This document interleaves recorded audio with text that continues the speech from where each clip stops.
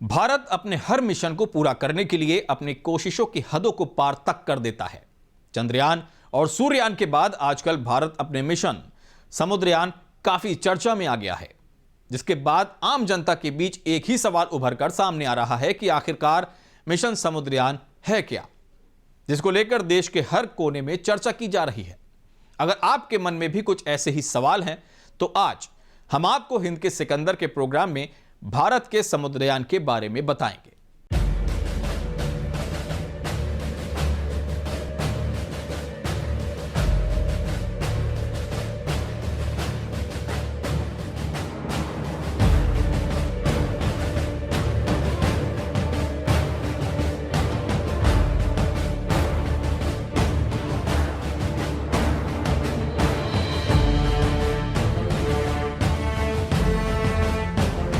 भारत अब अंतरिक्ष के साथ साथ पाताल लोक की रहस्यमय गुत्थी को सुलझाने की कोशिश में जुट गया है। अपने अंतरिक्ष के सफर के बाद भारत अब समुद्री रहस्य की गहराई को जानने के लिए निकलने वाला है, जिसको लेकर देश के वैज्ञानिकों ने एक समुद्रयान को तैयार किया है, जिसका नाम जल की रानी मछली से जुड़ा हुआ है। भारत के इस समुद्री यान का नाम है मत्स्य 6000, जो समुद्र की 6000 मीटर की गहराई पर जाकर पाताल लोक के रहस्य को खोलेगा। दरअसल इस मिशन पर भारत ने साल 2021 पर ही काम करना शुरू कर दिया था। 9 अक्टूबर 2021 के दिन केंद्रीय राज्य मंत्री जितेंद्र सिंह ने मिशन समुद्रयान लॉन्च किया था। इस मिशन की शुरुआत ब्लू इकोनॉमी के तहत की गई थी।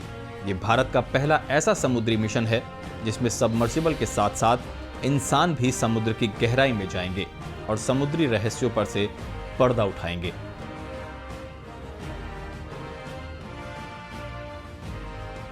इस मिशन का मकसद समुद्र के नीचे पाई जाने वाली जैव विविधता और साधन के बारे में रिसर्च करना है। इस मिशन की खास बात यह है कि इसमें सबमर्सिबल का इस्तेमाल सिर्फ एक्सप्लोरेशन के लिए किया जाएगा।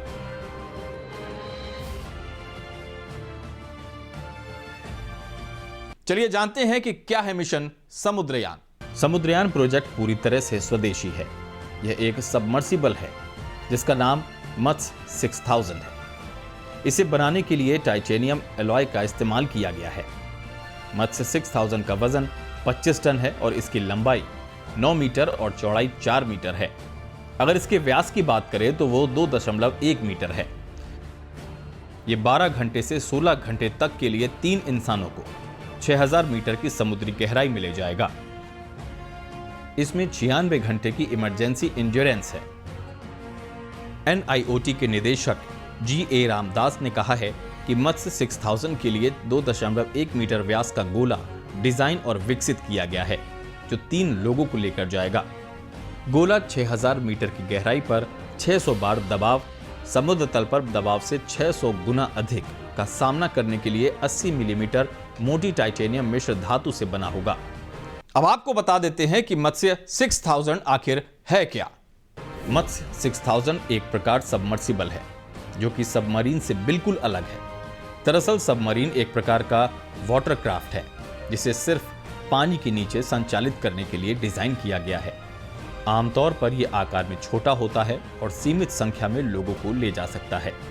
सबमर्सिबल का उपयोग आमतौर पर रिसर्च के लिए किया जाता है। ये मिलिट्री ऑपरेशंस के लिए नहीं बने होते। सबमर्सिबल को पानी के अंदर जाने के लिए जहाज या प्लेटफॉर्म की जरूरत होती है। ये बात सबमर्सिबल को पनडुब्बियों से अलग करती है, क्योंकि पनडुब्बियां स्वतंत्र रूप से ऑपरेट कर सकती हैं। मत्स्य 6000 का उद्देश्य गहरे समुद्र में खोज और दुर्लभ खनिजों के खनन के लिए पनडुब्बी के जरिए इंसानों को भेजना है। आमतौर पर पनडुब्बियां केवल 300 से 400 मीटर तक ही जा पाती हैं। इस प्रोजेक्ट की लागत करीब 4100 करोड़ रुपए है। यह समुद्र के अंदर gas hydrates, polymetallic manganese nodules, hydrothermal sulphide और कोबाल्ट क्रस्ट जैसे संसाधनों को खोजने के लिए भेजा जाएगा। ये चीजें 1000 से 5500 मीटर की गहराई में पाई जाती हैं।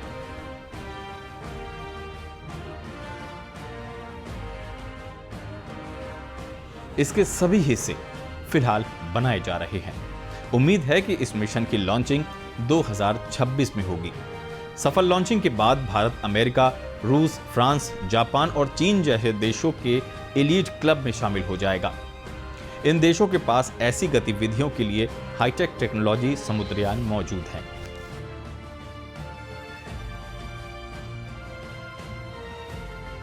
यूएन से जुड़ी इंटरनेशनल सीबेट अथॉरिटी ने सिर्फ रिसर्च के लिए 14 देशों को डीप सी को एक्सप्लोर करने की मंजूरी दी है। इन देशों में चीन, रूस, दक्षिण Korea, Bharat, Britain, France, Poland, Brazil, Japan, Jamaica, Nauru, Tonga, Kiribati और बेल्जियम शामिल हैं। भारत सरकार ने 2021 में डीप ओशन मिशन को मंजूरी दी थी। इसका उद्देश्य समुद्री संसाधनों का पता लगाना और गहरे समुद्र में काम करने की टेक्निक विकसित करना है। साथ ही ब्लू इकोनॉमी को तेजी से बढ़ावा देना भी इसका एक उद्देश्य है। ब्लू इकोनॉमी एक ऐसी अर्थव्यवस्था है जो पूरी तरह से सी रिसोर्स पर बेस्ड है। वहीं Sweden, Ireland, Germany, France, Spain, New Zealand, Costa Rica, Chile, Panama, Palau, Fiji और माइक्रोनेशिया जैसे देश डीप सी माइनिंग पर बैन लगाने की मांग कर रहे हैं। मोबाइल लैपटॉप जैसे इलेक्ट्रॉनिक डिवाइस बनाने के लिए अब समुद्र तल से कोबाल्ट, निकल और सल्फाइड जैसी धातुएं और खनिज निकालने की तैयारी की जा रही है। इस प्रोसेस को डीप सी माइनिंग भी कहा जाता है। इस प्रपोजल से दुनिया भर के एनवायरनमेंट रिसर्चर्स और साइंटिस्ट्स की परेशानियां बढ़ गई हैं।